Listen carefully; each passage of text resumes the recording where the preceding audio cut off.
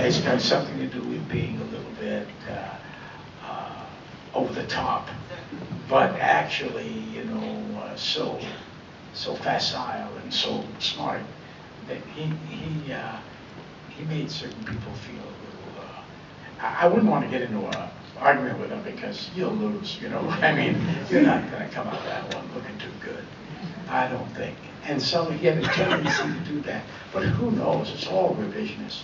Every time you do anything like this, it's revisionist. And that's why I don't go into too much depth. But I do know that he had his enemies. And he had his friends, like always. But what was done to him, that was a tough one. And that's the one that I had to talk about a little bit, Although you are making me think that it's completed but not finished. It's never finished. And the thing is, the thing that I say in there, we become fascinated with someone that, to us 46 is not that old now, and it wasn't then either. And you realize that what happened to him, where he was going with this genius, and you say, wow, that candle went out, and I say it went out, and it was put out. It was put out, and that's sort of, one wonders what would have happened, where he would have gone with those gifts. And like Bono says, he was would have challenged Shakespeare. Is what I think he wanted to do, but again, that's revisionist. Question over here. Hello, Mr. Pacino. Hi. You excel playing characters that the audience can find unsympathetic, such as Herod tonight, Shylock recently on stage, and your character in Angels in America.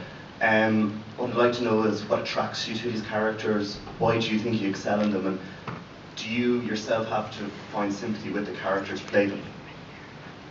Yeah, well, thanks for saying that. I think, yes, you have to.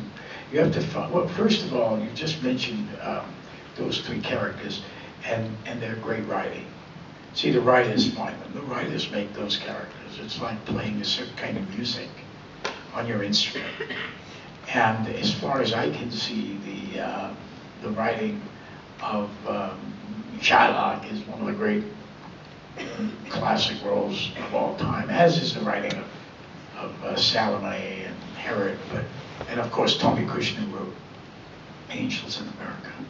And I think the opportunity to express the villain has always been attractive to me and to actors. I mean, because I think it's, can you make that person human? Can you find a humanity? Can you find an audience that will laugh will see themselves in the character and stuff, will identify with the character, and then finally, as in Shylock, actually feel for the character and identify with it. So that to me is a value I would imagine.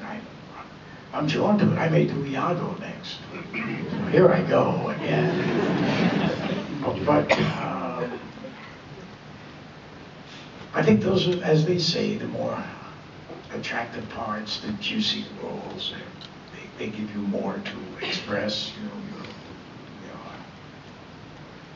Well, on that point, can I ask you? You've done Herod twice on stage, Yeah. and once in a Pacino picture. Would you go back again? Yes, I would do Herod again, but I would play Herod differently now. I would play it similar to the way I played it 15 years ago. I would be in costume, and I wouldn't direct it. Maybe Stephen Berkoff would direct it, but I would enjoy going to that place. I like to revisit characters because the tradition of acting has always been like, did you see that picture of Sarah Bernhardt? Mm-hmm. Sarah Bernhardt, Eleanor Duse, all the great actors of our time, Edwin Keane, and then onward until the invention of movies, really. Actors had repertoires, and they did 3 or 4 different roles, and they traveled all over the world. And they did them over and over again.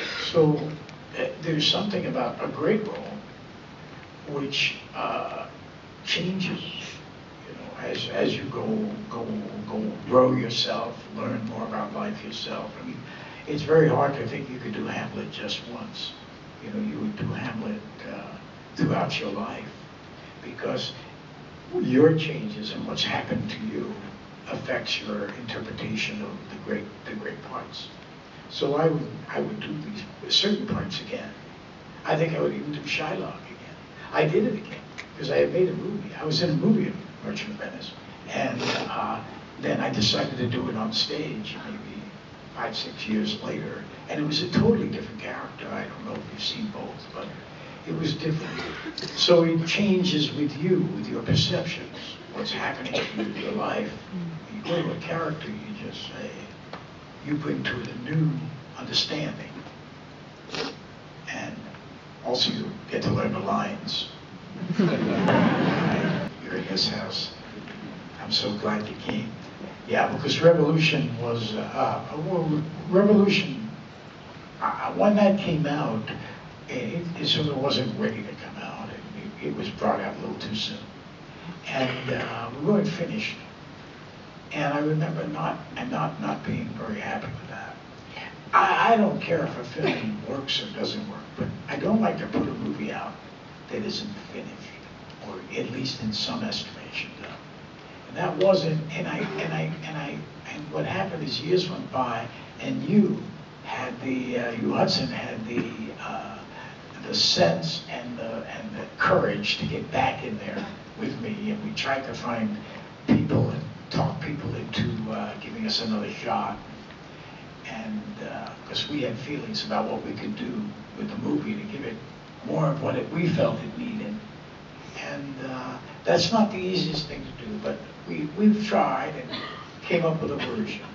Are you going to show it here? No, we showed it. Oh, you showed it 2 years ago. Is it with the narration? Yes. Yeah. We put a narration in it. But we did, it took us 20 years to finally get people together to accept it and put it out. And I think that was a really courageous effort by you, Hudson. Because, you know, when something's over, it's over, you move on. But that was one of the only ones I would say that was undone, that was unfinished. Not that we finished it now, we didn't. But nearly. But we got a little bit there, you know. Back to a question.